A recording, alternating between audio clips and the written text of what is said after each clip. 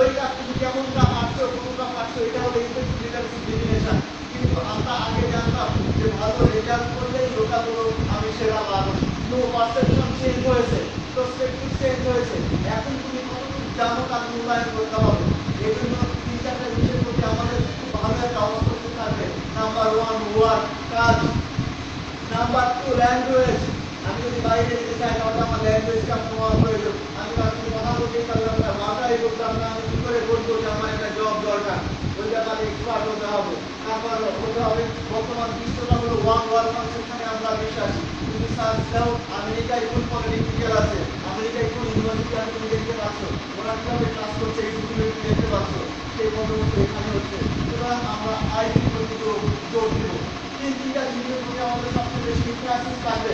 Number 1 language, number 2 work, number 3 হলো IT সেক্টরে। আমি তোমাদেরকে হ্যান্ডেল রিকোয়েস্ট করবো প্রত্যেকের জন্য একটা স্মার্টফোন থাকে। আমাদের সঠিক সাহেব আছে, উনি সবার সাথে একটা অ্যাটাচমেন্ট রাখবেন। এমনও হতে পারে যে রাত 2টার সময় আমরা ক্লাস নিচ্ছি, যে সিস্টেমটা হবে এরকম 2টার সময় আমরা একটা কন্টেন্ট টেক্সট করলাম, একটা স্ট্যাটাস দিলাম যে এইটার উপর তোমরা একটু দেখো তো ভালো তো, তোমরা রাতে বসে অ্যাসাইনমেন্ট তৈরি করবা। This will be our first two. এইভাবে আমরা আমাদেরকে একটা জায়গায় নিয়ে যেতে চাই। আমরা ট্র্যাকটা একটু চেঞ্জ করেছি। এখানে আরেকটা বিষয় হলো যে যেহেতু আমাদের এই প্রতিষ্ঠানে সবচাইতে কম খরচে হচ্ছে, এদের আগামী বছরগুলোতেও আমরা কম খরচে দিব। তাই তাদের যেহেতু মূল্যায় হয়ে যায়, তোমরাই ঘোষণা না করো যে বাংলাদেশের মধ্যে একমাত্র এভারেজ পলিটিক্যাল পচা পলিটিক্যাল। আমি পচা ভাবের সঙ্গে দিতে আসতে চাই, পচা খাওয়ানোর মতো করে।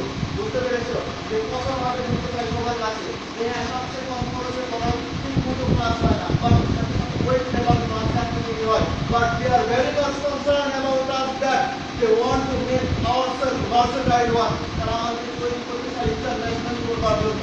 এই লিডার এখন প্রশ্ন হলো যে আমি বলতে চাই তুমি বলে যাও, তার মধ্যে ডিটারমিনেশন দরকার, তার মধ্যে একটা গভীর একটা ইন্টেলিজেন্স দরকার। সেই ইন্টেলিজেন্স করবে কাকে?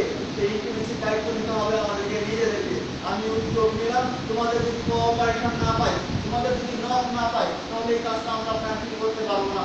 এই জন্য সবাইকে রিকোয়েস্ট করবো, সাথে সাথে আমার অফিসারদেরকে রিকোয়েস্ট করবো, যারা স্টুডেন্ট আছেন তাদের 100% যে কয়েকজন আছেন রাখার ব্যবস্থা করেন। এবং আমি সবাইকে রিকোয়েস্ট করবো এই 3টা ম্যাটারকে ইমপ্লিমেন্টেশন দেওয়ার জন্য যা যা প্ল্যান প্রসিডিউর নেওয়ার আপনি নেন, এবং আপনি আগামী ঈদের পর থেকে সেই প্ল্যান কাজ শুরু হবে।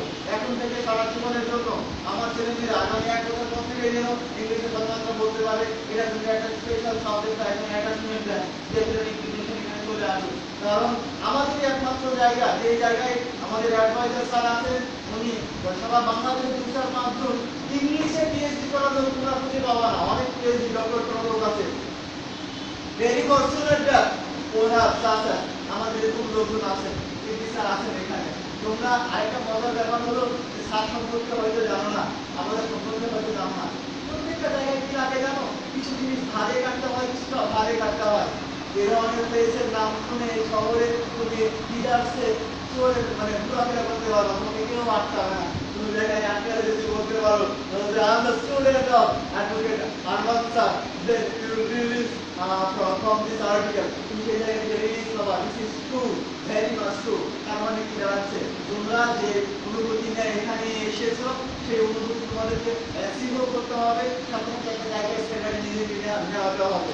ততক্ষণ নিজেদের পরিচয় আমাদেরকে জড়িয়ে দিবে না যতক্ষণ তুমি স্মার্ট না, যতক্ষণ তোমার কস্টিউম পারো না, যতক্ষণ তোমার ল্যাঙ্গুয়েজ পারো না, যতক্ষণ তুমি আইটিতে পারদর্শী না। আমি চেষ্টা করবো তোমাদেরকে সেই সকল ব্যাপারে লক্ষ্য করবার জন্য, সাথে সাথে তোমাদের রেসপন্স চাই। এবং পরিশেষে আমি বিলিভ করি তোমরা আমাদেরকে রেসপন্স করবা, এবং তোমাদেরকে নিয়ে আগামী দিন সুন্দর, সুস্থ এবং দক্ষ মানুষের একটা কমিউনিটি আমরা তৈরি করবো। এই আশাবাদ ব্যক্ত করে সকলকে আন্তরিক শুভেচ্ছা অভিনন্দন জানিয়ে আমি আমার বক্তব্য এখানে শেষ করছি। আসসালামু আলাইকুম।